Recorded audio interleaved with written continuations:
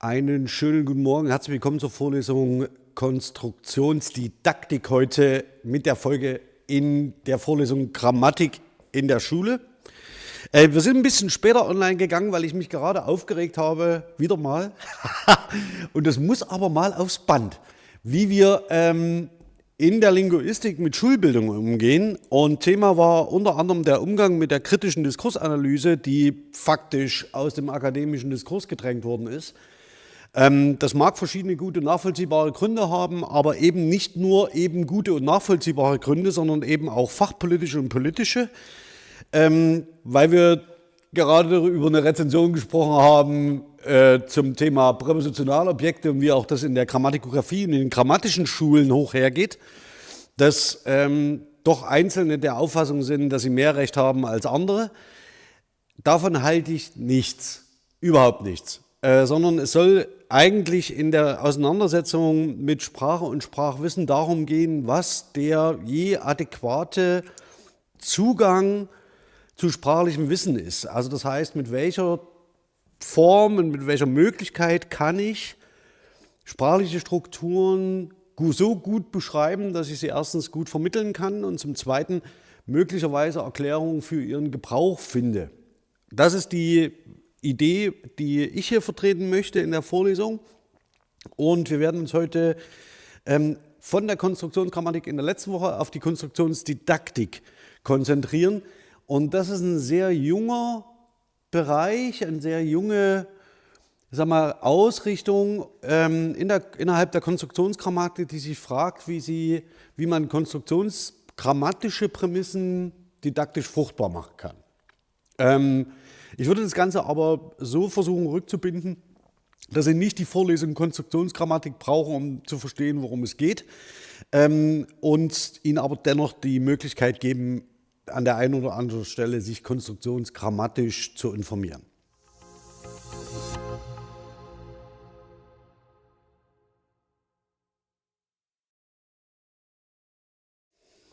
So.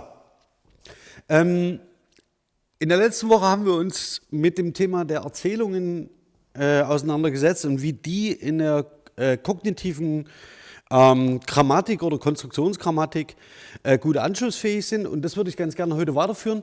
Und zwar mit dem Blick auf eine zentrale Idee, die die Konstruktionsdidaktik verfolgt. Ob das Ganze so aufgeht, wie sich die Konstruktionsdidaktik das erhofft, das müssen wir mal sehen, aber ich denke, dass die ein oder andere Setzung für uns auch schon relevant werden wird, wenn wir das Ganze weiter treiben, und dazu möchte ich gern einladen. Also verbunden mit der Schule oder mit den Überlegungen zur Konstruktionsdidaktik, sehr jung wie gesagt, ist ein zentraler Aufsatz, der 2023 erschienen ist, Konstruktionsdidaktik, Grundzüge einer sprachdidaktischen Konzeption. Es gibt noch 2, 3 Aufsätze, die das Ganze flankieren und dann an Beispielen durchdeklinieren. Ich würde Sie aber sehr gern einladen dazu, mit diesem Einstieg hier zu beginnen.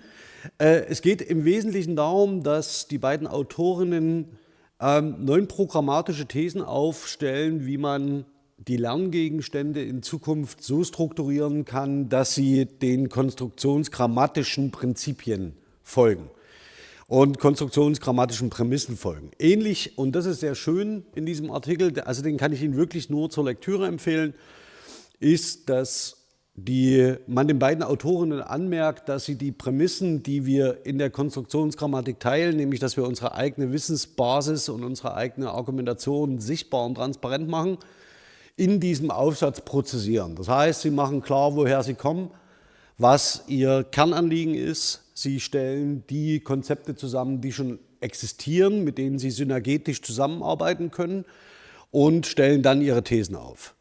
Besonders der Teil, in dem es um die Synergien mit sprachdidaktischen Anwendungen geht, die bereits genutzt werden, zeigt, dass man eben den Anschluss im Fach sucht und sich nicht abgrenzt. Das ist höchst relevant aus meiner Perspektive, denn nur so kann man auch komplexere Strukturen analysieren, die dann wiederum in die Schule gehen. Und zwar zur Wiederholung noch einmal sind es diese, die wir in der letzten Woche uns angeschaut haben. Die gehe ich jetzt nicht nochmal Stück für Stück durch. Ich möchte Sie nur darauf hinweisen, dass das ein oder andere Stichwort, was hier in den Prämissen zusammengefasst ist, natürlich auch sich in diesen Prinzipien oder in den Thesen der konstruktionsdidaktischen Ausgestaltung wiederfinden wird. Und insbesondere sind das sogenannte Entrenchment, also das heißt der Sprachgebrauch, Sprachwissen emergiert aus Sprachgebrauch und ist nicht angeboren, was in der konstruktionsdidaktischen Perspektivierung mit einem korpuslinguistischen Ansatz kurz geschlossen wird. Das heißt, wir haben hier sowohl das Entrenchment als auch die Konventionalisierung als zwei ganz starke Merkmale dafür, welche sprachliche Strukturen sollen im Deutschunterricht überhaupt behandelt werden, wenn es um grammatische Fragen geht. Und die Antwort der Konstruktionsdidaktik, um das schon mal vorwegzunehmen, ist, die häufig benutzt werden, müssen am sichersten gelernt werden. Das heißt, die müssen wir tatsächlich im Schulunterricht am stärksten verankern. Und welche Probleme das mit sich bringt, das zeige ich vielleicht an 2, 3 Beispielen. Aber prinzipiell erst einmal folgen Sie damit konsequent den Prämissen der kognitiven Linguistik. Also das, was häufig benutzt wird, das, was stark im Gebrauch ist, das muss sicher gelernt werden. Und daran lässt sich auch eine grammatische Beschreibung anschließen. Nicht zuletzt wegen der Frage, was denn prototypisch sei. Also was ist ein prototypisches Verb, was ist ein prototypisches Adjektiv, was ist ein prototypisches Nomen und von dort aus eine Grammatik aufzuspannen.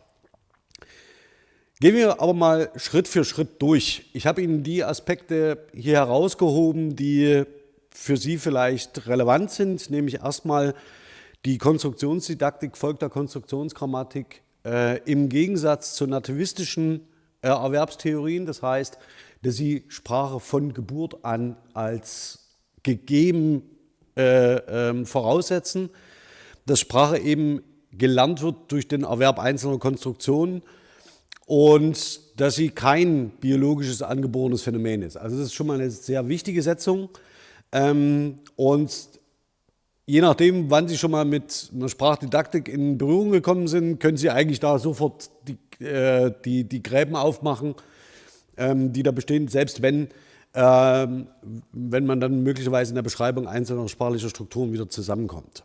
Das nächste, was hier für diesen Einstieg wichtig ist, dass Konstruktionen durch soziale Interaktion gelernt werden und zum Teil der Kognition werden. Also das, was in einer Sprachgemeinschaft konventionalisiert ist und Teil der Kommunikation, das wird entsprechend in diesen Interaktionen, in dieser Gemeinschaft auch gelernt.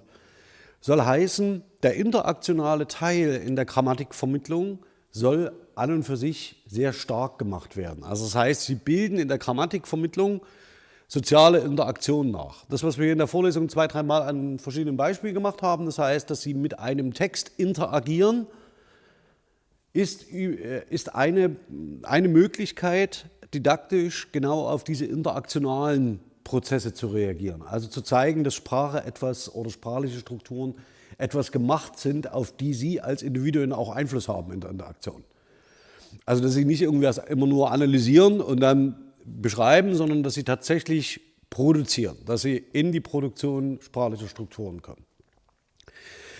Diese Setzung ist sehr wichtig, weil sie natürlich bestimmte Folgerungen und Konsequenzen für den, ich sage jetzt mal ganz vorsichtig, Grammatikunterricht hat, die zum Teil mit den Überlegungen konform gehen, die wir bisher hier angestellt haben. Schauen wir mal weiter auf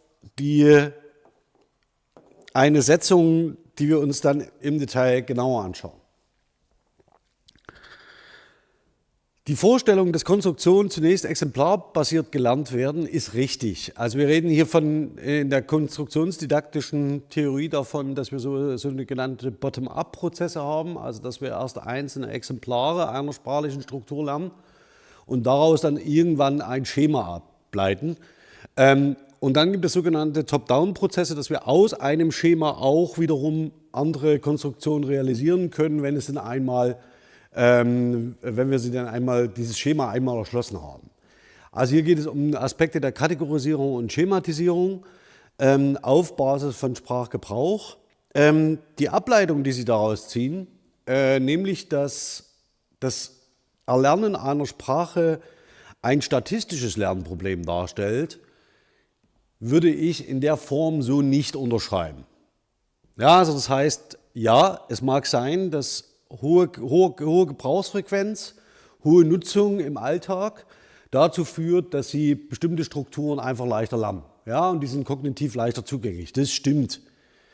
Aber diese hohe Frequenz ist nicht das einzige Prinzip, das greift in dieser Frage. Aber es ist erstmal ein Anfang. Also das heißt, wenn man sich fragt, was von allen sprachlichen Strukturen, welche beschreibe ich denn, ist es ein guter Anfang zu sagen, ich schaue erstmal, welche häufig benutzt werden.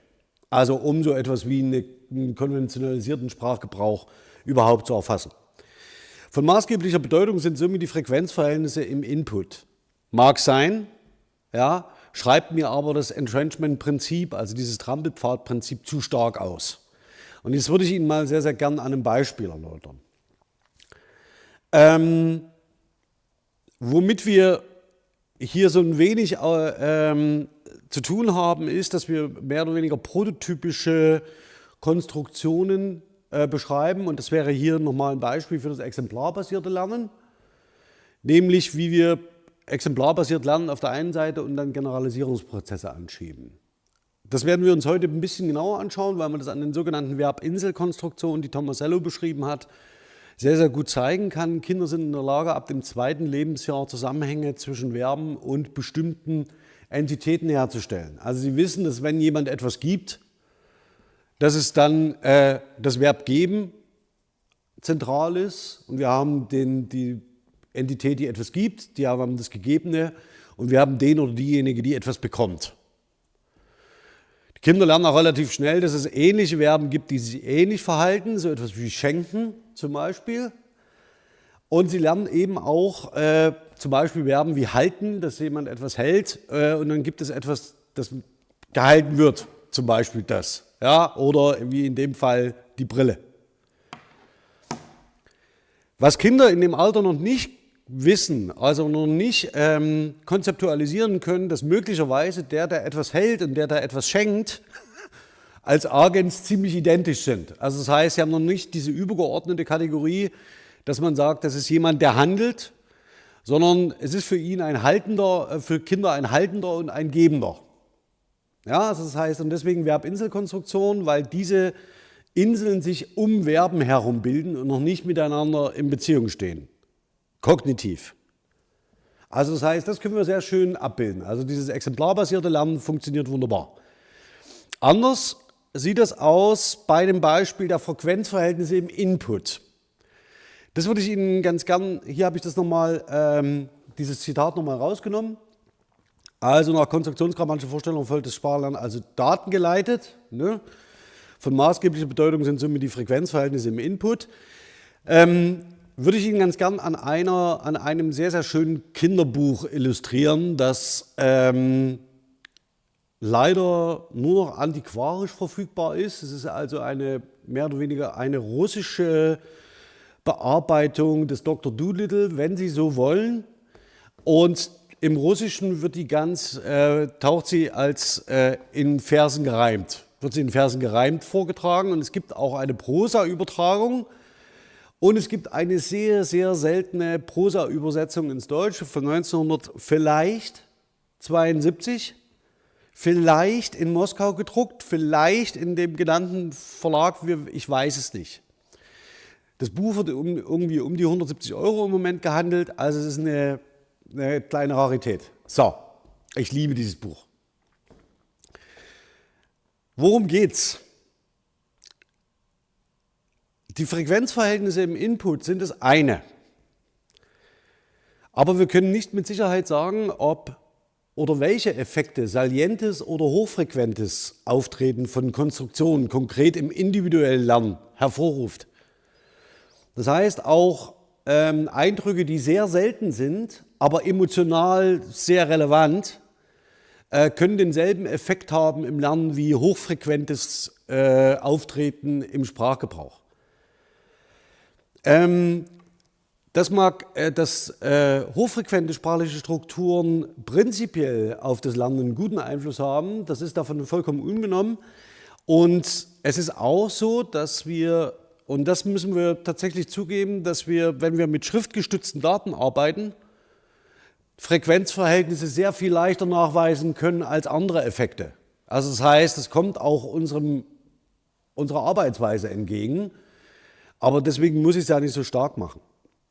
Ich würde denken, dass auch multimodale Analysen, also zum Beispiel der Zusammenhang von Text und Bild, sehr wichtig sind, um zum Beispiel zu beschreiben, warum in besonderem Maße kindlich individuelles Lernen auch von diesem Zusammenhang abhängt. Vielleicht kennen Sie aus Ihrer eigenen Kindheit ein Kinderbuch, das Sie immer noch vor Augen haben, weil es eine bestimmte Art der Illustration hatte.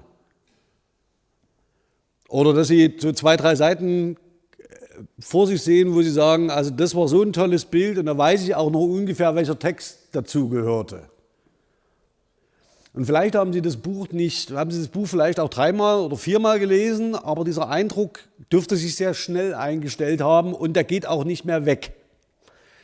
Und ich zeige Ihnen jetzt mal einen Fall, der bei mir so ein ganz typischer gewesen ist. Also Sie sehen auf der linken Seite eine schöne Illustration des Doktors und seiner Tiere. Dies ist sehr klein hier. Ja.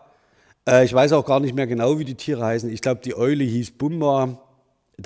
Der Affe Chichi, dann haben wir den Hund Awuff, den Papagei Karudo, das Ferkel Nafnaf im Hintergrund, das Krokodil, weiß ich nicht, wie das hieß. Das habe ich vergessen. Und dann sitzt da irgendwas anderes daneben, keine Ahnung. So, also ich krieg's noch so halbwegs hin. Der Doktor heißt im Übrigen Eibolith, genau. Und ich zeige Ihnen jetzt mal die nächste Seite. Es geht im Wesentlichen darum, dass der Doktor mit seinen Tieren irgendwie nach Afrika reist und dort die Affen heilt. Ja, was auch immer. Und ich lese Ihnen mal ganz kurz den Text vor. Ich bin der Dr. Eibolith, sagte der Doktor, ich bin nach Afrika gekommen, um die kranken Affen zu heilen. Ha, lachte der zottige Alte. Die kranken Affen heilen. Wisst ihr eigentlich, wo ihr seid? Das Adjektiv zottig verbinde ich seit Kindertagen mit dieser Illustration. Ja, also das heißt, dieser Bart und diese dünne Figur, diese dünnen Ärmchen mit dieser eigenwilligen Sonnenbrille, ja, zottig verbinde ich mit dieser Darstellung. Sehr, sehr stark. Und das ist ein Effekt, den kann man nicht hochfrequent einholen, sondern das ist einer, der sich salient einstellt und der dann genauso gut erinnert wird oder abrufbar ist, individuell, wie zum Beispiel, wenn ich in einer Korpusanalyse 20.000 Mal das Adjektiv zottig gelesen hätte. Aber tatsächlich ist es für mich genau dieser Zusammenhang und vielleicht kennen Sie auch aus Ihrem eigenen Sprachgebrauch die Geschichte und dazu trägt ganz wesentlich diese Illustration bei. Also das ist ein Typ, vor dem man als Kind Angst haben kann, so wie der da steht. Ich will jetzt noch gar nicht auf die ganzen rassistischen, kulturell problematischen Darstellungs- und Motivtraditionen hinweisen, also allein die Kopfbedeckung spricht Bände. Aber es geht jedenfalls um Räuber, alle haben Angst.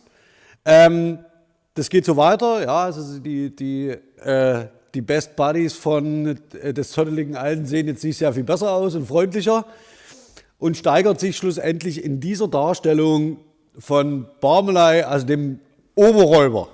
Ja, also das heißt so, das ist so sagen wir mal so, die kindliche Fantasie anregende Darstellungsweise, die diesen Text begleitet. Und die ist, glaube ich, ziemlich einprägsam. Ja, also tatsächlich sind die Bilder auch diejenigen, die häufig noch mit dem Eibolith genannt werden, dass sich Kinder besonders stark an diese Bilder erinnern und darüber dann die Texte auch in Erinnerung behalten.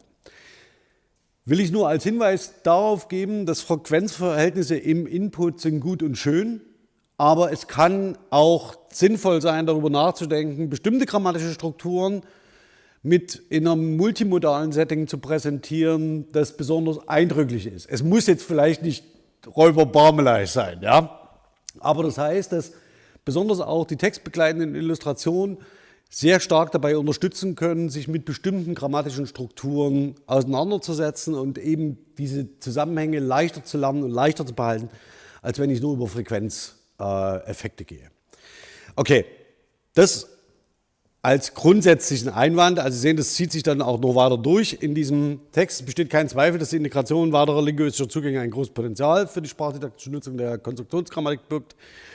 Und auf diese Effekte will ich jetzt mal ganz gerne hin. Sie sehen das schon, dass man im Wesentlichen auf die Potenziale auch der Korpuslinguistik setzt, also die Konstruktion, Untersuchung von Konstruktionen, Realisierung und Kontext, also Frequenz und Gebrauch, ja, und Usability. Das Zweite ist, dass Sie vorschlagen, dass man auch Lernerkorpora auswertet in dem Zusammenhang, also sich die Frage stellt, wie lernen und schreiben Kinder in der Schule zum Beispiel. Also die Universitätsschule in Dresden ist da die dokumentiert digital diesen Schriftspracherwerb und dass man vor allen Dingen Zugang zu authentischen Daten und im Sprachgebrauchsdaten hat. Also das heißt, das ist ein großer Vorteil, den Sie sehen in dem Ausbau. Um das Ganze kurz zusammenzufassen, wo Sie denken, dass die Sprachkonstruktionsdidaktik anschlussfähig ist im Hinblick auf verwandte didaktische Ansätze des Chunk Learning und Lexical Approach. Hier geht es um die Frage zum Beispiel, dass man exemplarbasiert lernt, aus sprachlichen Strukturen und Muster dadurch plausibel macht, also wie hängen bestimmte Strukturen zusammen. Beispiel wären hier Transferkonstruktionen, dass man eben sagt, okay, es gibt ein prototypisches Geben und da hängt halt dran zum Beispiel kaufen, verkaufen, geben, handeln und so weiter und so fort. Also es gibt ein ganzes Cluster, was damit zusammenhängt. Geht auch ein bisschen, wenn man so will, ist ein Zugang, der auch für die Frame-Semantik nicht so ganz uninteressant ist, aber die Tüte mache ich heute nicht auf. Dann gibt es eine textsortenbezogene Sprachdidaktik. Das ist sehr nah an dem, was wir eigentlich hier in der Vorlesung machen, dass wir sagen, also wir schauen uns einen bestimmten Typ von Textsorten an und nutzen die aus in ihrer Strukturierung für die kontextbezogene Analyse von Konstruktionen, also dass man eben nicht nur auf einer Satzebene 10 Beispiele nennt und sagt, das ist Präsens, sondern dass man in bestimmten Textsorten zeigt, wozu dient das hier, welche Funktion hat das, und mit diesen Beispielen für bestimmte kommunikative Gattungen eben zeigen kann, dass bestimmte Konstruktionen für bestimmte Gattungen relevant sind, für andere wiederum nicht. Das letzte, Didaktik der Textprozeduren, das haben wir nur mal ganz kurz gestreift, von Falke taucht hier wieder auf, dass man mit Kindern und Schülerinnen Textbausteine und Routinen lernt, die dann aneinandergereiht werden. Das, was Sie aus der Schule vielleicht am allerbesten kennen in dem Zusammenhang ist, wie schreibe ich eine Bewerbung? Das ist ein typisches Beispiel für die Aneinanderreihung von Textbausteinen und Prozeduren, die Sie miteinander kombinieren. Und die Förderung geschieht hier dadurch, dass man explizit macht, wozu welcher Textbaustein überhaupt gebraucht wird. Also das heißt, dass man ein Bewusstsein für diese Textbausteine schafft auf der einen Seite und auf der anderen Seite Vertextungswerkzeuge an die Hand gibt, mit denen Schülerinnen arbeiten können. Ja, das ist ein sehr, ich sag mal so, konstruktiver Zugang zu Sprachgebrauch und passt irgendwie besonders zu diesem interaktionalen Moment. Also das heißt, wie vermitteln wir interaktional bestimmte Sprachwissensbestände, wie würde man eine Geschichte fortsetzen? Es wäre so eine typische Frage, die man hier anschließen kann. Die Prinzipien selbst, die Sie zusammenstellen, die Einfluss haben auf die Konstruktionsdidaktik, sind die Konzeptualisierung abstrakter Bedeutungen, also das heißt, was bedeutet X? Wäre eine sehr schöne Frage in der Konstruktion in lexikogrammatischem Kontinuum, also die Frage zwischen hoher Schematisierung und Verfestigung. Dann die Input-Optimierung, die Frage nämlich, müssen wir an unserem Input arbeiten, um das Lernen bestimmter Strukturen zu erleichtern. Das soll heißen, darf es auch erlaubt sein, Texte zu generieren, die zum Beispiel bestimmte grammatische Strukturen häufiger verwenden als andere, also in denen man die Beobachtung des Frequenzprinzips ausnutzt und sagt, also wir brauchen jetzt, vor allen Dingen müssen wir uns mit Modalverben auseinandersetzen. Wollen wir nicht einen am Sprachgebrauch orientierten Text entwerfen, der mehr Modalverben verwendet in dieser Situation? Ist nicht so einfach, weil man damit keine Sprachgebrauchsdaten mehr vor sich hat, sondern eigentlich schon einen nach Sprachgebrauch wirkenden konstruierten Text zum Beispiel. aber ist mit korpuslinguistischen Methoden natürlich möglich. Das heißt, Sie können eine Geschichte zum Beispiel entwerfen, indem Sie die sprachlichen linguistischen Merkmale von 5 oder 6 anderen Geschichten nutzen und darauf einen eigenen Plot setzen und sagen, okay, daraus bauen wir eine eigene Geschichte. Das ist ohne weiteres möglich heutzutage. Und natürlich die Form- und Funktionsfokussierung, die Sie aus der Konstruktionsgrammatik geerbt haben. So, zu den Thesen. Welche Thesen stellen die Autoren auf? Zunächst erstmal, wir haben eine Orientierung an der Konstruktionsgrammatik, also das konstruktionale Wissen. Das geht im Wesentlichen mit den Prämissen der Konstruktionsgrammatik zusammen. Das nächste, dass wir eine linguistisch fundierte, aber explizit sprachdidaktisch ausgerichtete Konzeption haben. Das heißt, dass sie natürlich, gerade wenn es um Input-Optimierung geht, an und für sich von den Prämissen der Konstruktionsgrammatik abweichen muss, weil sie in Vermittlungskontexte geht. Also die Vermittlungskontexte zwingen dann dazu, möglicherweise den Input zu optimieren. Das ist ein sehr zentraler Unterschied, würde ich jetzt mal sagen. Das nächste ist, dass man an dem Konstruktionsbegriff festhält und auch den Begriff des Konstruktikons mitnimmt. Also das heißt, die Vernetzung von Konstruktionen betrachtet und eben nicht isoliert beschreibt. Und den letzten Satz, der Ausgangspunkt der Analyse in unterrichtlichen Aktivität sollten im Rahmen einer Konstruktionsdidaktik wann immer kommunikative Funktionen sein.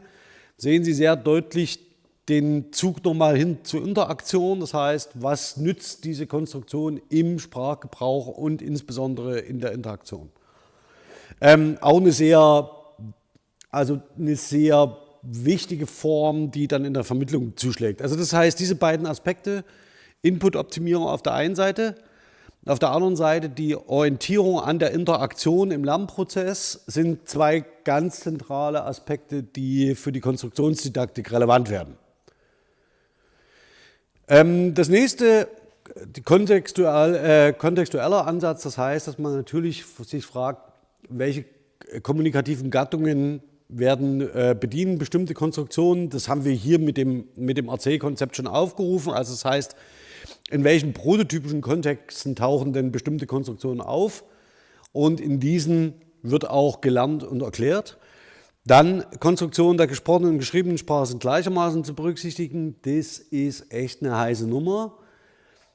Da müsste man sich erstmal klar machen, welche Form der Beschreibung des mündlichen Sprachgebrauchs die Konstruktionsgrammatik anzubieten hat.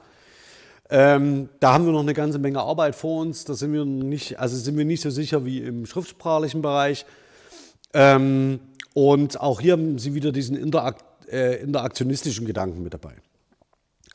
Also, was aber die Multimodalität betrifft, habe ich Ihnen gerade gezeigt, ist besonders der Text- und Bildzusammenhang möglicherweise als ein multimodaler Zusammenhang besonders relevant. Dann geht es um das Lernen von holistischen Einheiten. Also das heißt, es geht im Wesentlichen um die Frage, dass wir grammatische Strukturen unterschiedlichster Komplexität erlernen. Die Frage ist nur in der konstruktionsdidaktischen Beschreibung, wie Sie die halt anordnen. Ich werde mich heute nicht mit Adverbien und Geltungsmultiplikatoren beschäftigen. Wir werden heute auf der Ebene des Verbs bleiben, sage ich gleich, um das Ganze ein bisschen einfacher zu halten. Dann geht es um die Frage, was können wir denn tatsächlich, also welche Vorteile hat denn die Bezugnahme auf Corpora? Da geht es im Wesentlichen um die genannten Punkte, also das heißt Lernercorpora auf der einen Seite, authentisches Sprachmaterial und dann das Frequenzprinzip, das so hochgehalten wird. Wie gesagt, mit den von mir vorhin gemachten Einschränkungen. Dann geht der Punkt weiterhin dazu, dass man das Konstruktikon tatsächlich beschreibt und die Input-Orientierung optimiert.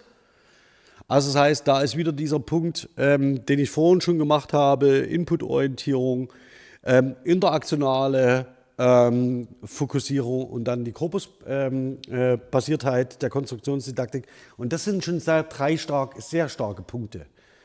Also ich wüsste gar nicht, ob ich an jedem Punkt tatsächlich sagen würde, da könnte ich jeden Gegenstand, den ich konstruktionsgrammatisch beschrieben habe, gut platzieren. Aber wenn Sie eigentlich diese 3 Stichworte mitnehmen wollen, die Konstruktionsdidaktik ist korpusbasiert, das ist zentral, also wegen des Frequenzprinzips. Sie ist inputorientiert im Sinne daran, dass man sagt, wir müssen schauen, welchen Input wir Schülerinnen und Schülern anbieten, zu welcher Zeit in ihrer Lernerbiografie.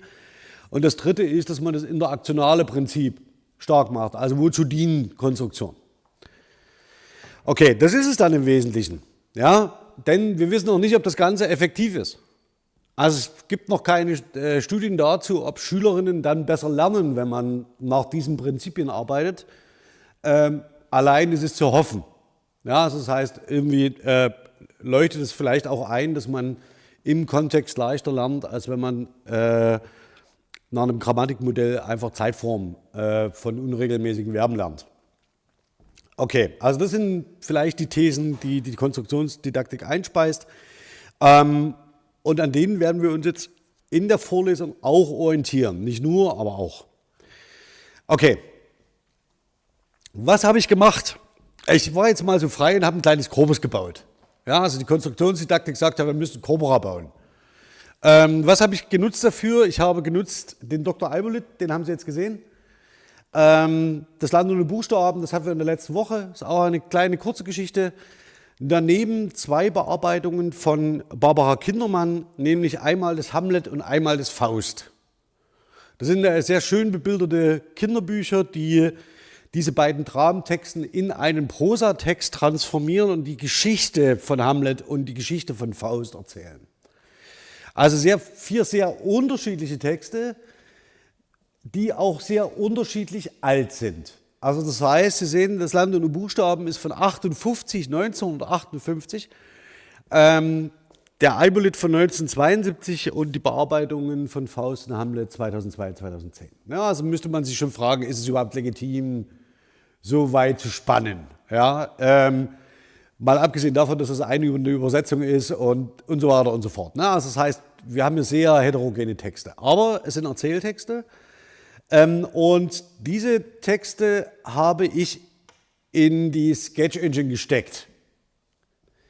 Die Sketch Engine ist ein Korpusanalyse-Tool, mit dem Sie an der TU Dresden als Studierende hier Korpusanalysen durchführen können. Das Problem ist jetzt bei diesem kleinen Korpus, das ich habe, das ist nicht sehr groß. Es sind wirklich 24.000 Token.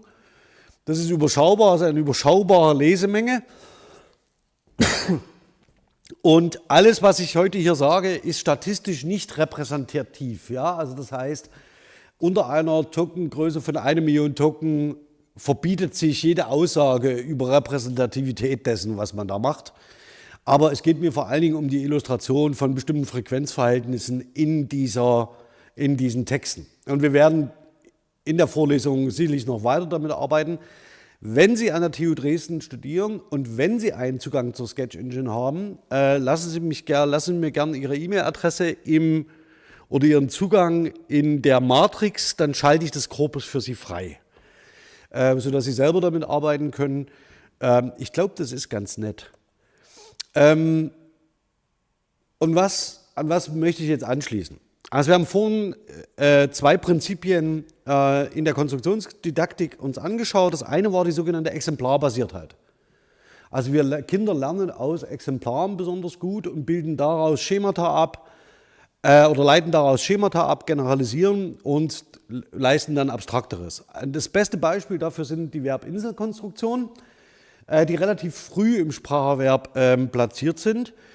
Aber auf diese Verbinselkonstruktion setzen dann unterschiedliche grammatische Beschreibungsmöglichkeiten auf, die man in der Schule ausnutzen kann, und zwar bis weit in die Sekundarstufe 1. Das muss man nicht im Grundschulbereich machen, aber das heißt, das ist ein guter Ausgangspunkt, um eine Diskussion über grammatische Strukturen anzuschieben. Ich werde mich jetzt nicht auf Halten konzentrieren, sondern auf Geben. Warum Geben? Weil Geben prototypisch ist. Ja, also Geben spannt eine prototypische Struktur auf, also mit dem Vorausblick auf die Valenzgrammatik. Und daran kann man sehr, sehr viel und sehr, sehr transparent erklären, was man eigentlich mit einer modernen Grammatik leisten kann. Ich habe mir also aus diesem Korpus, was ich Ihnen gerade gezeigt habe, alle Verben gezogen. Also nach Frequenzverhältnissen. Das wäre jetzt das zweite Prinzip der Konstruktionsdidaktik, dass sie fragt, ja, was ist denn eigentlich in dem Korpus hochfrequent? Und wenn man denn anfangen müsste zu lernen, das Deutsche, was sollte man denn für Verben lernen? Und da sehen Sie die Liste, die Sie beherrschen müssen. Das ist eigentlich ziemlich einfach. Und ich gehe mal von oben durch, sein und haben geschenkt. Ja, also Sie sehen alleine die Frequenz, ja, die Frequenzverhältnisse. Ich habe Ihnen mal aus Spaß die Frequenz, die extrapoliert ist auf 1 Million Token. Also wenn das Korpus 1 Million Token groß wäre und die Frequenzverhältnisse sich in den Texten nicht ändern, würde das Verb sein 20.000 Mal in diesem Korpus auftauchen. Das ist ziemlich viel. Ja, das heißt, wenn ich mir ein Verb aussuchen müsste, von dem ich aus eine Grammatik schreibe, wäre das Verb sein und seine Konstruktion. Und damit wäre man wahrscheinlich bis zum Ende der 12. oder 13. Klasse gut beschäftigt. Also stellen wir das mal ganz kurz zurück. Danach sehen Sie die typischen haben und werden, ebenfalls als sehr zentrale Verben, die auch für ganz unterschiedliche Konstruktionen neben der Vollverbsemantik benutzt werden.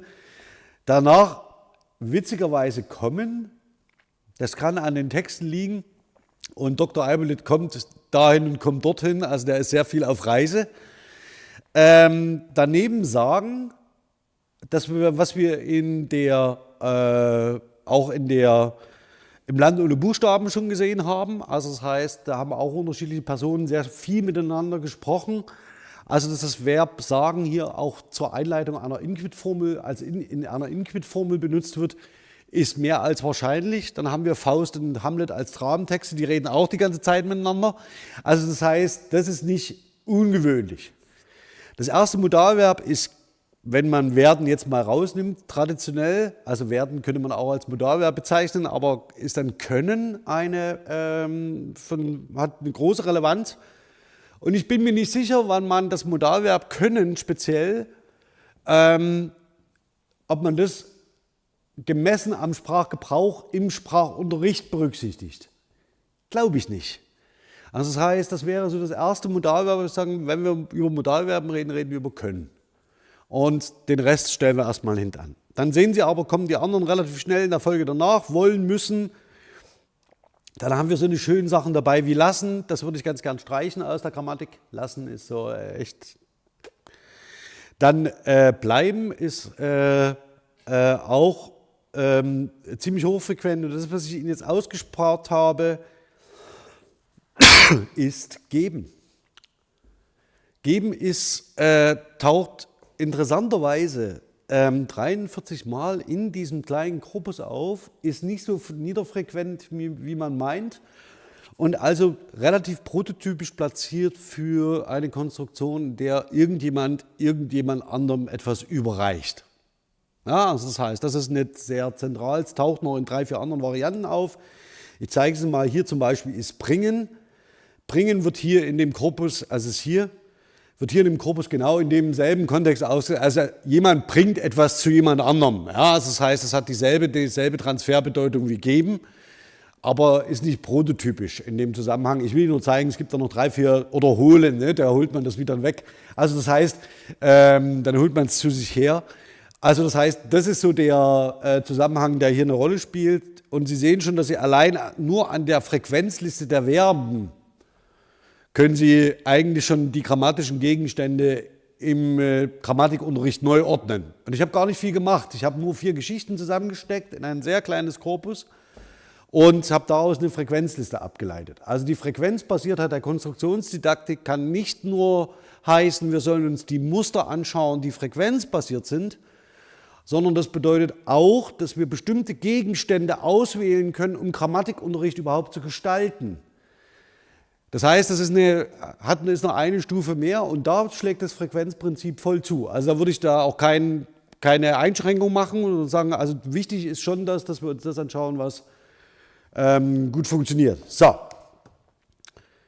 schauen wir mal auf das Verb geben. Ich habe Ihnen, das sind jetzt nicht alle Belege, aber doch einige, und ich will Ihnen nur Folgendes zeigen. Die Konstruktion mit geben taucht in jedem der Texte auf, aber tatsächlich sind natürlich das Land ohne Buchstaben und der Dr. Eibulid von der Menge her des Korpustextes sehr viel größer. Das heißt, der Faust und der Hamlet sind einfach kürzer. Und deswegen haben wir da nicht so viele Belege draus. Also das heißt, da können Sie jetzt nicht, nichts draus ableiten, dass hier irgendwie eigenwillige Texte vorliegen, sondern die sind einfach kürzer, diese Texte. Ich habe Ihnen diese Beispiele auch als Beispielsätze in das Worksheet zu den Vorlesungen gepackt, damit, Batterie sieht noch gut aus, damit, muss ich mal kurz tauschen hier, den Empfänger, damit Sie das Ganze in der Übung mal nachvollziehen können. Das würde uns jetzt nicht helfen, denn, jetzt bin ich mal ganz kurz weg, glaube ich. So, jetzt sollte ich wieder da sein und stecke das mal in die Ladestation. Denn ich will Ihnen mal ganz kurz was zeigen. Verben, die häufig verwendet werden, haben meistens nicht nur eine Bedeutung, sondern sehr, sehr viele. Das trifft auch auf das Verb geben zu. Und wenn Sie mögen, dafür fehlt uns heute die Zeit, aber bis nächste Woche können Sie das sehr, sehr gern mal testen, dass Sie diesen Beispielen, die ich Ihnen in das Worksheet zur Vorlesung gelegt habe, die unterschiedliche Bedeutungen identifizieren, in denen das Verb geben verwendet wird. Eine ganz zentrale, die sehen Sie hier zum Schluss, 14, ganz unten. Es gibt. Also das heißt, ein sogenanntes explikatives Es, das sich grammatisch in verschiedensten Art und Weisen bestimmen lässt, aber eigentlich nur ein Platzhalter für ein wie auch immer geartetes Subjekt ist.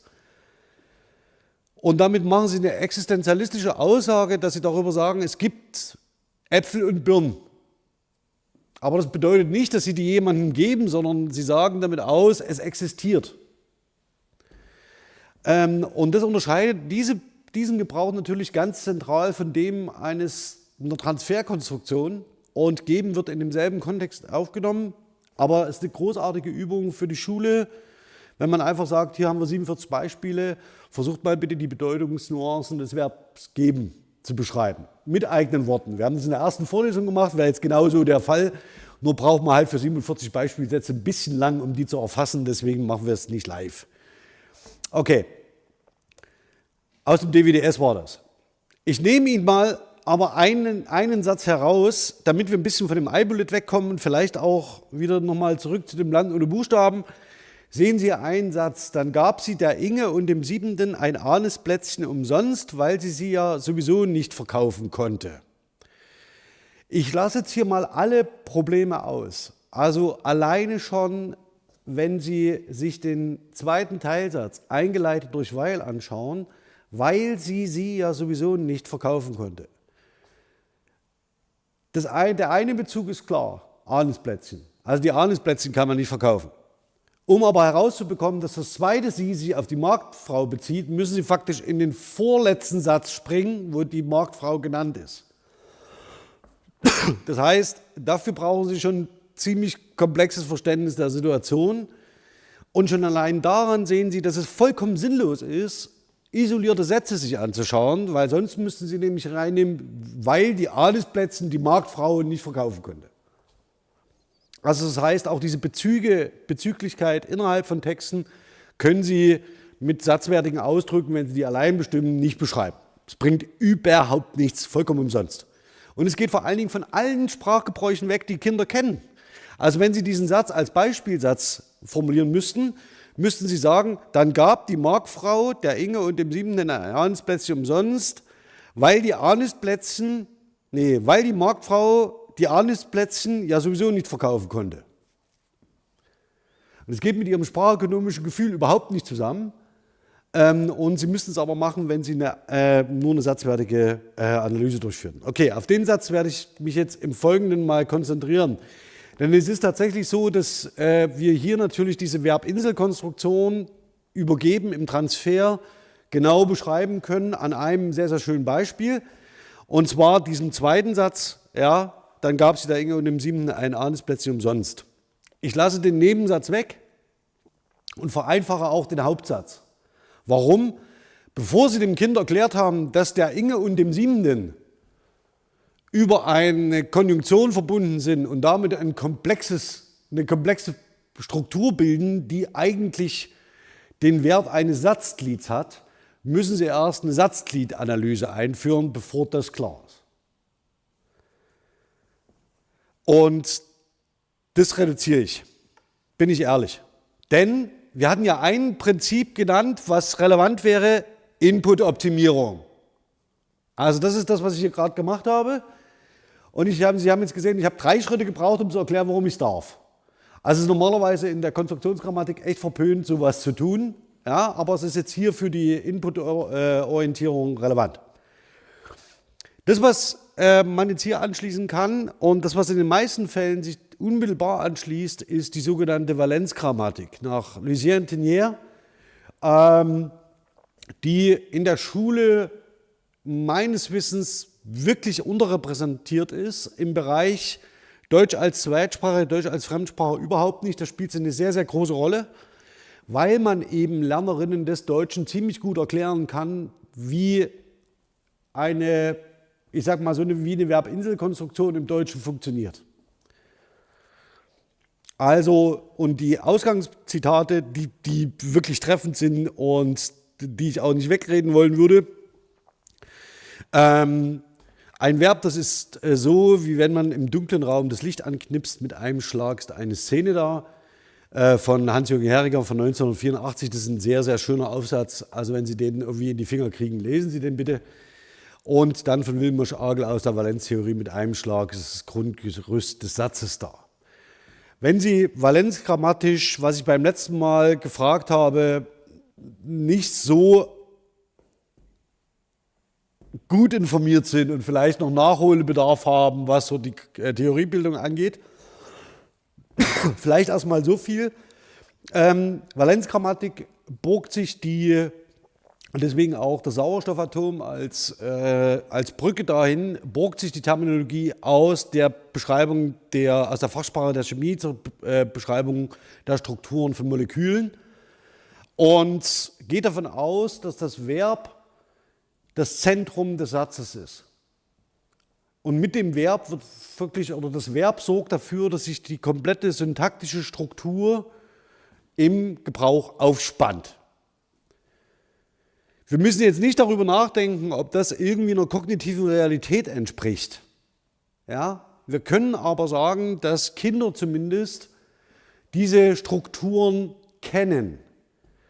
Ich möchte damit nicht sagen, dass das Verb dafür verantwortlich sei. Die Valenztheorie geht davon aus, das Verb bindet alle anderen Aktanten. Das Ganze kann man bestreiten. Ja, also das heißt, die Frame-Semantik würde zum Beispiel sagen, nicht das Verb ist eigentlich der zentrale Fokus dieses Zusammenhangs, sondern eine Gruppe von Frame-Elementen, die dann im Zusammenspiel mit der Verbbedeutung sowas erzeugen wie eine bestimmte Bedeutung. Ich habe Ihnen beim letzten Mal aber schon gesagt, dass mit dem Platzieren des Geldes auf dem Tresen, dass Sie da durchaus auf die Lesart kommen können, dass Sie etwas dort ablegen, aber es kann eben auch die Lesart sein, dass Sie etwas abgeben, also dass wir etwas hingeben, also dass wir einen Transfer haben. Und das hängt nicht am Verb, sondern das hängt an dem kompletten Setting und vor allen Dingen daran, welche Mitspieler des Verbs, das würde die Valenzgrammatik sagen und die Frame-Semantik würde sagen, welche Frame-Elemente Sie als relevant für das Verständnis dieser Situation aufbringen. Ganz unabhängig davon kann man die Valenzgrammatik wunderbar einsetzen, um von diesen Verbinselkonstruktionen auf bestimmte grammatische Strukturen abzulenken. Und das würde ich jetzt im Folgenden gerne mit Ihnen probieren. Sie sehen den Satz, dann gab die Marktfrau der Inge ein Ahnensplätzchen umsonst in diesem Strukturbaum, der tatsächlich über das Verb geben aufgespannt wird. Das Verb geben wäre jetzt regens. Es gibt eine Konnexion zu den Dependenzen. Also ich habe hier nochmal eine hervorgehoben.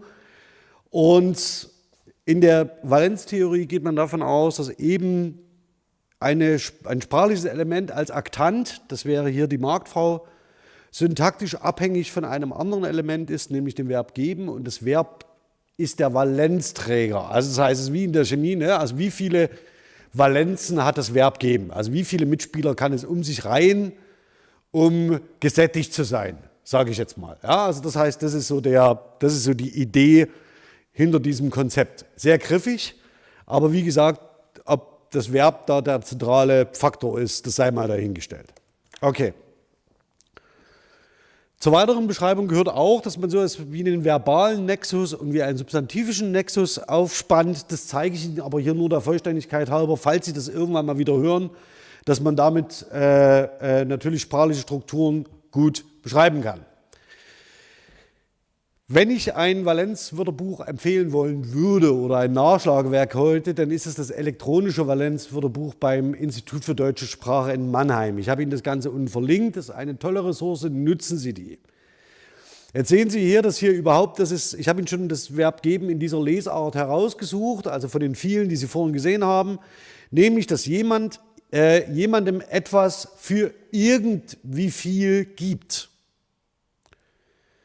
Wenn Sie mal so ein bisschen durchzählen, geben gilt normalerweise als dreiwertig. Ne? Also Sie sehen das auch in der Verbinselkonstruktion. Also es gibt jemanden, der gibt, es gibt jemanden, der empfängt und es gibt jemanden, was gegeben wird.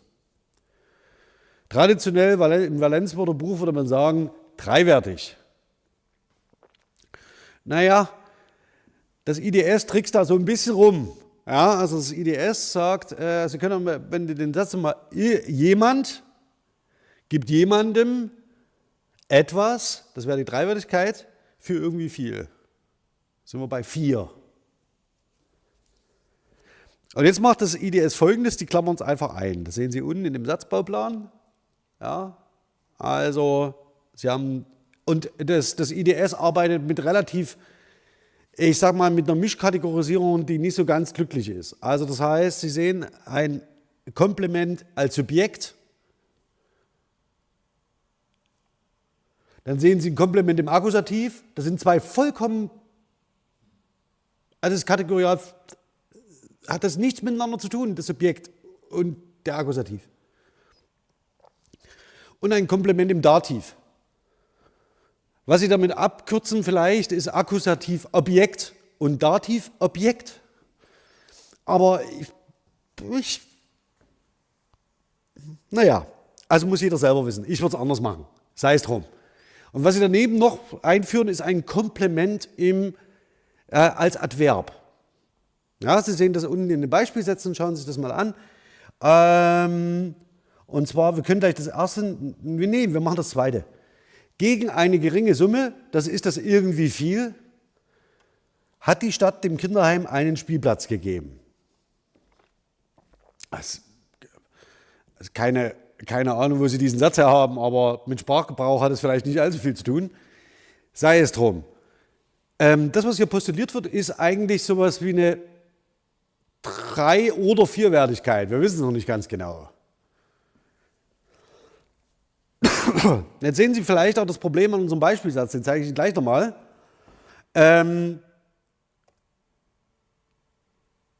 Nachdem wir uns das nochmal im Detail angeschaut haben, also Sie sehen das hier, ich habe das ist nochmal aufgeführt, die Belegungsregeln, ne? Also ein Nominalphrase Nominativ, Nominalphrase Akkusativ, Nominalphrase Dativ und dann gibt es ein Komplement, Adverbial, das die Menge angibt.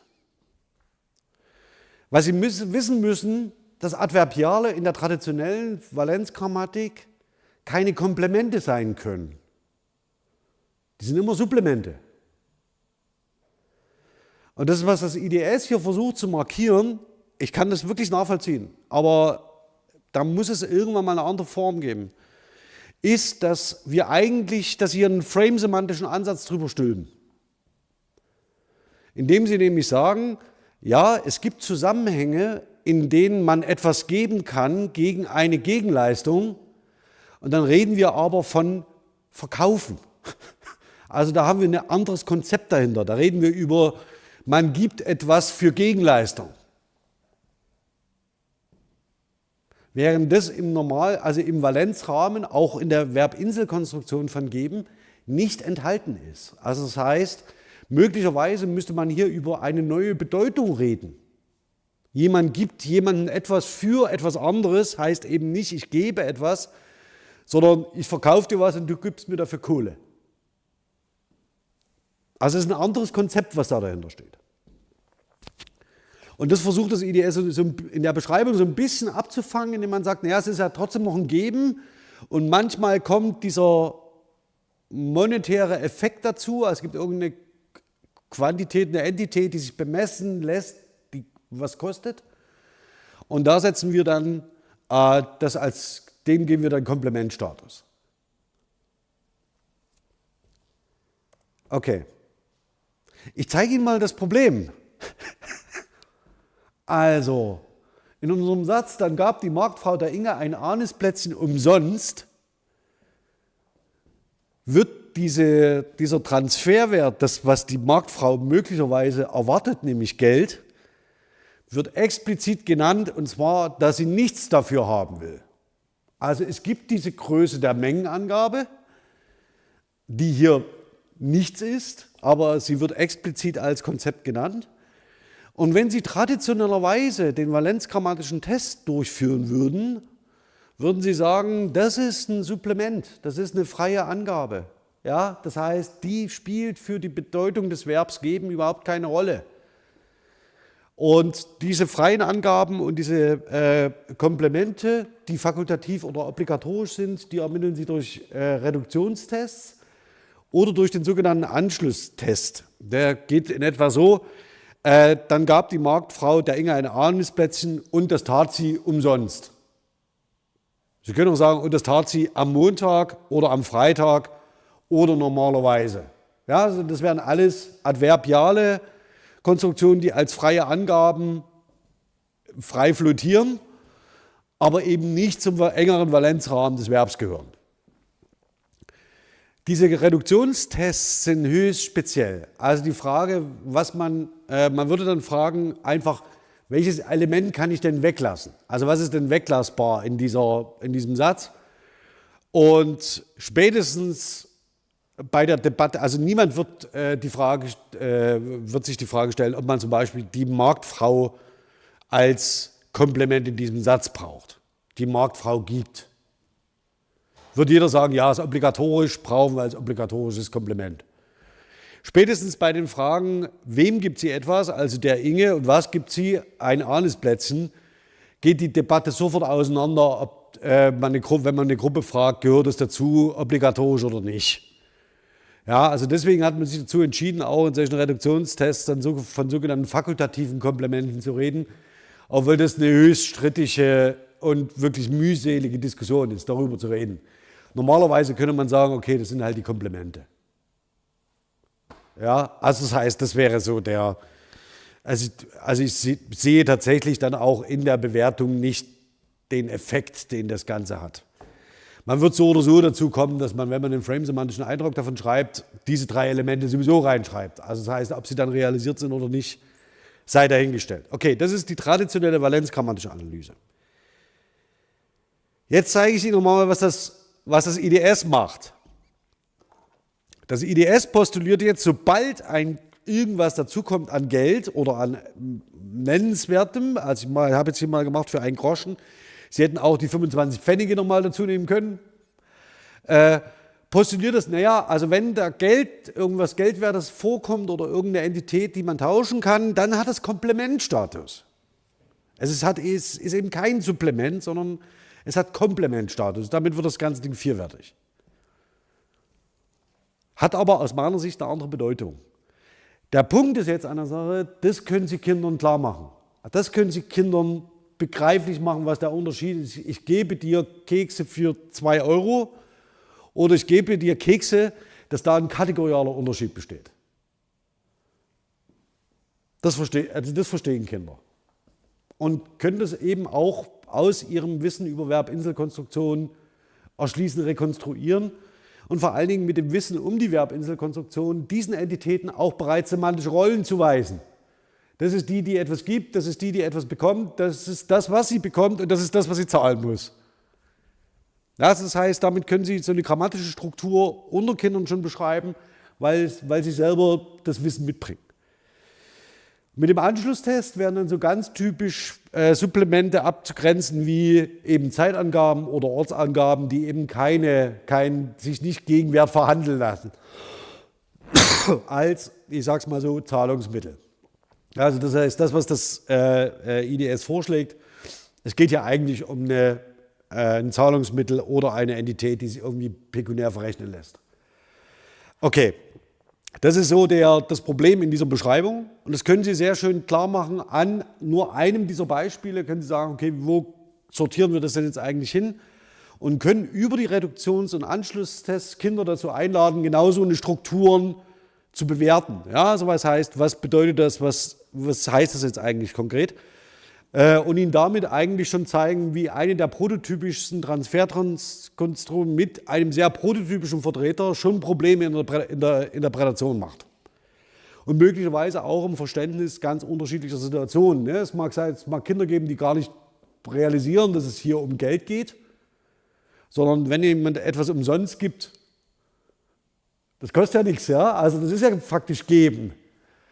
Aber wenn es dann schon dasteht, schließt das eigentlich einen Kontrakt ein, der üblicherweise auf Verkauf abzielt. Also das heißt, das ist so der Hintergrund hier. Okay. Wie könnte man das Ganze jetzt weiterdenken? Das zeige ich Ihnen mal an dem Beispiel. Also das, was Sie jetzt gesehen haben, ist oben die Beschreibung. Also wir haben die Komplemente. Und ich mache es jetzt mal freundlicherweise so, dass mir das wurscht ist, ob umsonst Komplement oder Supplement ist. Das heißt, ich würde postulieren, wir haben es da mit unterschiedlichen Frames zu tun. Das ist eben nicht mehr geben, sondern das Verkaufen, was da gemeint ist. Und das können Sie in der Valenzgrammatik nicht mehr abfangen. Also das können Sie nicht realisieren. Es sei denn, Sie müssten dann im Valenzwörterbuch noch eine weitere Bedeutung für geben aufnehmen, was wiederum ein Problem mit der Valenzgrammatik ist, weil sie nämlich für jedes Verb 58.000 unterschiedliche Bedeutungen auflisten muss. Ähnlich wie Sie das vorhin bei Sein und Geben schon gesehen haben. Ja, also das heißt, das ist die Konsequenz daraus. Sehr viel konstruktiver scheint es mir zu sein, über bestimmte Frames und Konstruktionen nachzudenken in dem Zusammenhang. Und das sehen Sie ein bisschen weiter unten. Sie sehen dann die Beschreibung, die das IDS verwendet, also die Komplementbeschreibung. Darunter sehen Sie die semantischen Rollen, die wir beim letzten Mal diskutiert haben, die ich an der Stelle einführen würde. Warum? Weil man nämlich dann von Geben auf Schenken umblenden kann und man kann von Schenken, Geben auf Halten umblenden und kann sagen, die Entität, die etwas gibt, ist in dieser Struktur der Handelnde.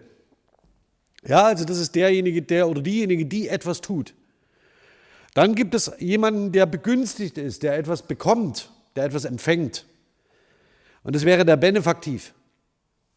Und ob Sie es glauben oder nicht, Sie brauchen die Strukturen, ob etwas Komplement sei oder nicht, oder ob es ein Komplement im Subjekt ist, brauchen Sie nicht. Das hilft Ihnen für die Erklärung dieser Struktur exakt nichts. Es hat nur eine Funktion, nämlich die formale Bestimmung. Das, was dort stehen müsste, ist, es ist ein Komplement im Nominativ. Dann hätten Sie den Form-Funktionszusammenhang. Dann können Sie sagen, ja, wir bestimmen, die Marktfrau ist offensichtlich eine Nominalphrase im ersten Fall. Nominativ. Es wäre eine formale Bestimmung. Ich will jetzt nicht darüber hinaus diskutieren, ob die Kasus konstruktionsgrammatisch fein ausmodelliert sind. Wir setzen das jetzt mal voraus. Es gibt da speziell bei dem Zusammenfall von Dativ und Akkusativ gibt es so 2, 3 Probleme. Aber wir setzen mal voraus, dass der Nominativ sei, wenn Sie es mir gestatten. Okay, also wir haben die formale Kategorie des Nominativs und können sagen, das, was im Nominativ steht, ist üblicherweise in solchen Strukturen gleichgesetzt mit der Person, die etwas tut, also die ein Agens ist. Und dann haben Sie eine formale und funktionale Beschreibung der Struktur, ergo eine Konstruktion. Und das wäre dann eine, wenn Sie so wollen, eine Agenskonstruktion. Also es gibt eine Nominalphrase im Nominativ und Sie können der Entität zuweisen, dass sie handelt, also ist sie Agens. Das heißt, das ist eine relativ stabile Verbindung. Es gibt eine Ausnahme und das ist der sogenannte Gleichsetzungsnominativ. Peter ist Lehrer. Da sind beide Entitäten im Nominativ, im ersten Fall. Aber da winde ich mich jetzt ganz einfach raus und sage, das ist bei sein eben blöd. Ja, also sein ist halt ein schwieriges Verb, bleiben auch, werden auch, was das angeht. Das sind halt Spezialfälle, sogenannte Copula-Konstruktionen mit Gleichsetzungsnominativ. Die sind speziell, die fallen nicht in diese Kategorie. Aber tatsächlich ist die, wenn Sie sich normale Strukturen prototypisch anschauen, die wir uns vorhin angeschaut haben, wie geben, ist das der Normalfall. Es gibt noch einen weiteren speziellen Fall, bei dem man in den Schulgrammatiken nicht so tut, als ob das eigentlich kein Problem wäre. Und das sind die sogenannten Modalverben. Sie haben vorhin in der Frequenzliste mögen, wollen, sollen, müssen ziemlich oben in der Liste gesehen. Und diese Verben werden valenzgrammatisch nicht beschrieben. Können Sie nachschauen, die existieren faktisch nicht in dieser valenzgrammatischen Beschreibung. Konstruktionsgrammatisch können Sie sagen, ja, damit wird faktisch eine andere Konstruktion eingebettet. Soweit werden wir heute gar nicht gehen, aber das wäre dann der nächste Schritt in der Vermittlung, dass man eben sagt, ich kann auch einen Satz bilden, wie die Marktfrau mag der Inge ein Ahnensplätzchen geben. Ja, würde er wunderbar funktionieren oder muss oder soll oder darf oder will. Und damit wird aber nicht die Grundstruktur dieses Zusammenhangs aufgelöst, sondern das Modalverb leistet etwas anderes und hat deswegen einen anderen Valenzrahmen, wenn Sie so wollen. Das Modalverb bettet nämlich ganz einfach andere komplexe Aussagen ein. Aber das können Sie valenzgrammatisch nicht mehr abbilden, sondern da müssten Sie sagen, ja, das funktioniert eben nicht. Und deswegen werden auch Modalverben valenzgrammatisch nicht beschrieben. Weil das und das funktioniert über den folgenden Trick. Das sind keine Vollverben, also sind keine echten Verben. Modalverben, die haben so einen eingeschränkten Gebrauch und die kann man für nichts so richtig nutzen oder die haben eine sehr spezielle Funktion. Deswegen müssen wir die Valenzgrammatik nicht beschreiben. Es funktioniert ziemlich gut. Sie müssen nur sagen, wenn Sie mit irgendwas nicht zurechtkommen, müssen Sie sagen, es fällt nicht in diese, ist uns nicht wichtig. Okay, also das heißt, das ist der Zusammenhang. Und wenn Sie noch einen Schritt weiter gehen, das zeige ich Ihnen nicht heute und ich weiß auch nicht, ob ich es in der Vorlesung überhaupt mache. Sie können auch das Ganze frame-semantisch beschreiben. Also Sie sehen die semantischen Rollen, also Agens, Benefaktiv, Objekt und Modifikativ. Dazu sage ich vielleicht etwas, das modifiziert halt irgendwie eine Aussage grundsätzlich. Und Sie können das Ganze auch frame-semantisch beschreiben, indem Sie sagen, es gibt in diesem Frame des Transfers, des Gebens, gibt es einen Geber, es gibt einen Empfänger und es gibt ein Objekt. Simsalabim ist also faktisch wie in der Festlegung der semantischen Rollen. Und es gibt darüber noch eine Bedingung bzw. Art und Weise, wie das geschehen kann. Und dieses letzte Element ist im Frame-Eintrag zu geben ein Nicht-Kern-Frame-Element. Das heißt, das steht nicht im Zentrum dieses Frames, kann aber damit auftauchen. Das wäre dieselbe Lesart wie bei den semantischen Rollen als Modifikativ. Ja, kann dazukommen, muss es nicht. Allein das Eval-Buch verbindet hier zwei Lesarten, von denen ich sagen würde, es ist nicht derselbe Frame und es ist nicht dieselbe Setting, von dem wir hier ausgehen. Kann man machen, muss man nicht. Ja, ist ökonomisch, vielleicht verschiebt sich das auch noch, wer weiß das schon. Ich will nur darauf hinweisen, dass das nicht so ganz unproblematisch ist. Okay, das heißt aber, wenn Sie von dieser einfachen Geschichte anfangen, mit der Beobachtung, dass Geben hochfrequent in allen diesen 4 Geschichten auftaucht. Es eine zentrale prototypische Bedeutung für das Verb geben gibt. Sie können dann alle anderen Bedeutungen von geben durchdeklinieren, müssen Sie aber nicht. Sie können sagen, Sie nehmen die prototypische. Können Sie diese über eine valenzgrammatische Analyse, die inputorientiert ist, also Sie müssen wahrscheinlich an dem Material immer ein bisschen schrauben, damit es irgendwie passt, die inputorientiert ist, sofort auf die semantischen Rollen und von dort aus auf die Frame-Elemente. Das braucht nicht viel und ist in dem Zusammenhang sofort autoplausibel, total gut nachvollziehbar. Und dann können Sie was anschließen? Eine Satzgliedanalyse. Das wäre dann der nächste Schritt, dass man sagt, okay, was von diesen Teilen kann ich dann verschieben? An welche Stelle im Satz? Und dann können Sie meinetwegen auch der Inge und dem Siebten wieder ins Spiel bringen. Ja, also das heißt, das wäre dann der nächste Schritt. Aber das heißt, so können Sie aus einem größeren kommunikativen Kontext eine prototypische Konstruktion auswählen in ihrer Realisierung im Gebrauch und die dann zum Gegenstand von grammatischer Reflexion machen. Nicht schulgrammatisch, das ist klar. Also ich habe jetzt nicht mit Subjekt und Objekt und Prädikatbegriff operiert, aber Sie können zeigen, welche Tiefenkasus liegen zugrunde, welche Bedeutung hat die ganze Konstruktion und was bedeutet der formale Zusammenhang zwischen einem Nomen im Dativ und dem Benefaktiv, also der etwas bekommt. Das heißt, das sind alles Zusammenhänge, die Sie an diesem einen Beispiel didaktisch wunderbar durchdeklinieren können und dementsprechend auch in die Schule bringen. So. Und das haben Sie schon gesehen. Das habe ich Ihnen das letzte Mal gezeigt. Das heißt, der Satz, die Transferkonstruktion mit geben, ist im Wesentlichen bildet das genau das ab, was ich heute die ganze Zeit gezeigt habe. Das müssen Sie nicht in die Schule setzen. Aber das wäre der nächste Punkt, warum wir die konstruktionsdidaktischen Überlegungen sehr gut an konstruktionsgrammatische Analysen anschließen können. Und warum blende ich Ihnen das hier ein? Weil ich Ihnen zeigen will, dass auch ich jetzt hier das Modalverb nicht berücksichtigt habe. Ja, also ich habe das Modalverb nicht integriert. Was jetzt passieren würde, und das würde ich Ihnen gerne beim nächsten Mal zeigen, ist, wenn Sie das Modalverb einbetten, wird diese komplette Konstruktion in die Modalkonstruktion eingebettet und mit einer neuen Lesart versehen. Es ändert aber nichts an dem Aussagezusammenhang dieser Transferkonstruktion. Ob die Marktfrau der Inge ein Plätzchen geben mag, muss, soll oder will oder darf, ändert nichts an der Grundkonstellation, dass die Marktfrau gibt, Inge bekommt und es um ein Anisplätzchen geht. Sondern es wird nur verschoben, ob sie das Volitiv will, also ob die Marktfrau das geben möchte, dazu gezwungen wird, irgendwie es eine Deontik gibt mit sollen und so weiter und so fort. Also Sie sehen schon, also das heißt, da spielen die Modalverben ihre Stärke aus, indem sie die Geltungsaussage einer eingebetteten Konstruktion als Ganzes modifizieren. Deswegen können Sie von dem Ding auch keine Valenz bestimmen.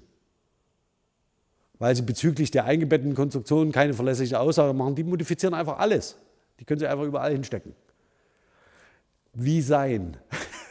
Wie sein, haben und werden. Ja, also das heißt, es gibt eine bestimmte Gruppe sehr, sehr alter Verben, die wirklich einen sehr breiten Funktionsumfang haben, sage ich jetzt mal vorsichtig.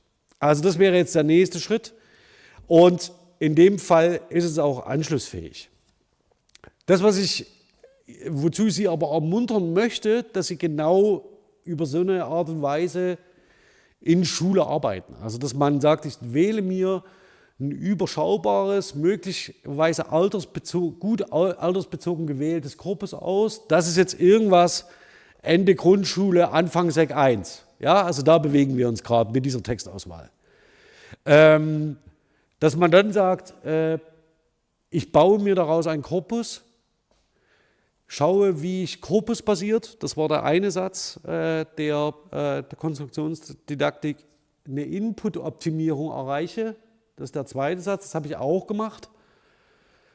Und gehe vor allen Dingen dann in das Interaktionsprinzip, also über den Austausch. Möglicherweise lassen sich von hier aus nämlich andere Konstruktionen in diesen Texten identifizieren. Ich habe Ihnen vorhin Bringen gezeigt, die sich ganz ähnlich verhalten wie Geben, aber eben doch vielleicht auch andere Aspekte noch semantisch mit hinzufügen, die sich eben durch Geben nicht abdecken lassen. Bei Bringen könnte zum Beispiel der Pfad in besonderer Art und Weise noch mit eine Rolle spielen. Ja, also wenn ich etwas zu jemand anderem bringe, lege ich dafür einen Weg zurück. Ich gebe zwar trotzdem etwas, aber ich habe dieselbe Bedeutung, die mit eine Rolle spielen könnte, wie bei Senden und bei Schicken. Ja, also das heißt, ich habe dann einen Transfer, ja, aber es gibt für diesen Transfer möglicherweise nicht nur einen Empfänger, im Sinne von, der bekommt es dann, sondern der Empfänger wird ganz häufig auch ein Ziel markieren, also wo ich hingehe oder wo ich etwas hinschicke oder wo ich etwas hinsende. Jetzt haben wir im Deutschen den schönen Spezialfall, dass dieser Empfänger und das Ziel in einem Fall zusammenfallen, im Dativ. Das ist im Lateinischen noch anders. Ja, also das heißt, da haben wir für diese Zwecke zwei Fälle, um das eben anzuzeigen, dass wir einmal einen Ort meinen und dann meinen wir den Empfänger. Im Deutschen ist das nicht mehr möglich, das heißt, da fällt das Ganze zusammen und dann können Sie darüber die besondere Rolle des Dativs erklären. Also das heißt, das ist der Weg, über den man denken muss. Und warum nicht mal eine besondere semantische Rolle in den Mittelpunkt der Grammatikvermittlung setzen? Heute beschäftigen wir uns mit dem Benefaktiv. Warum nicht? Man muss es ja nicht so nennen. Ja, also wenn man das in den Unterricht schreibt, glaube ich, ist es nicht so spannend. Sie sehen also, dass man daran relativ gut auch das interaktionale Prinzip schlussendlich nochmal stark machen kann, weil man zum Austausch über bestimmte sprachliche Strukturen einlädt. Das funktioniert wunderbar. Und deswegen zum Abschluss hier nochmal diese 9 Thesen, die im Wesentlichen zu den konstruktionsgrammatischen Überlegungen, die wir in der letzten Woche angestellt haben, zu den Erzählungen und zu der Einbettung in den Lehrplan nicht viel hinzufügen, außer korpusbasiert, inputorientiert und interaktional. So. Und das Ganze sehen Sie hier. Also wir haben ja über die Bildungsstandards gesprochen und über die Kompetenzmuster. Sie sehen, ich zeige es nochmal ganz unten, das sind sprachliche Strukturen untersuchen und nutzen, Wörtersätze, Texte und Gespräche. Und dann gucken Sie mal, dann haben wir Sprachgebrauchuntersuchungen, sind wir die ganze Zeit dran. Und dann schauen Sie aber bitte rüber, domänenspezifischer Kompetenzbereich, über Textwissen verfügen. Das heißt, Sie verzahnen integrativ alle diese Kompetenzfelder miteinander und wenn Sie dann noch Schülerinnen dazu ermuntern, Text selbst zu produzieren, machen Sie auch noch den mittleren Kompetenzbereich und dann haben Sie alles damit abgedeckt. Voraussetzung wäre für Sie, dass Sie so ein Minimum an technischem Wissen mitbringen, um zum Beispiel so einen Dienst wie die Sketch Engine bedienen zu können. Das ist nicht so aufwendig. Wir haben auch dafür verschiedene Einführungen, die würde ich mal verlinken in einer Infokarte. Gleichzeitig verlinke ich in einer Infokarte zu der Vorlesung, möglicherweise packe ich das auch in die Referenzen, also die Shownotes zu der Vorlesung, dass wir einen Podcast zum iBullet haben. Also wenn Sie die Geschichte interessiert, mit Bildern gibt es da eine Vorlesefassung. Müssen wir deswegen machen, weil das Urheberrecht nicht geklärt ist. Also die Personen sind nicht auffindbar, kein Mensch weiß, woher das Buch kommt. Ist der einzige Weg, wie man so halbwegs retten kann. Aber auch das würde ich verlinken, sodass Sie das vielleicht gut nachvollziehen können. Und das soll es für heute gewesen sein. Vielen Dank für Ihre Aufmerksamkeit. Ich hoffe, die kurze Umbauphase mit dem Ton war nicht so schädlich für das Nachvollziehen. An der Stelle würde ich sehr, sehr gern weitermachen mit Ihnen, wenn wir dann in die Richtung der sogenannten exemplarischen Studien schauen. Das heißt, dass ich Ihnen jetzt für den ersten Teil aufgerissen habe, welche Themen meinen wir überhaupt, wenn wir über Grammatik in der Schule reden. Zweitens, wie sehen unterschiedliche Kompetenzbereiche aus und wie funktioniert so ein integrativer, verzahnter Unterricht, der korpusbasiert ist und darüber in spezifischem Maße bestimmte Konstruktionen identifiziert, die dann leicht in der Vermittlung zu realisieren sind. Das Beispiel heute der Verbinselkonstruktion sollte darauf hindeuten, dass das natürlich eines ist, über das Sie an kindlichen Spracherwerb als allererstes herankommen. Es ist aber nicht die einzige und die anderen Beispiele werden wir uns dann in den nächsten Wochen genauer ansehen. Für heute soll es das gewesen sein. Ich wünsche Ihnen ein schönes Wochenende und wenn Sie Fragen, Anmerkungen haben, schreiben Sie bitte. Ansonsten sehen wir uns hier, ich denke, in der nächsten Woche und dann ist Pfingsten. Also in meiner Wahrnehmung. Also dann bis nächste Woche. Ciao, ciao.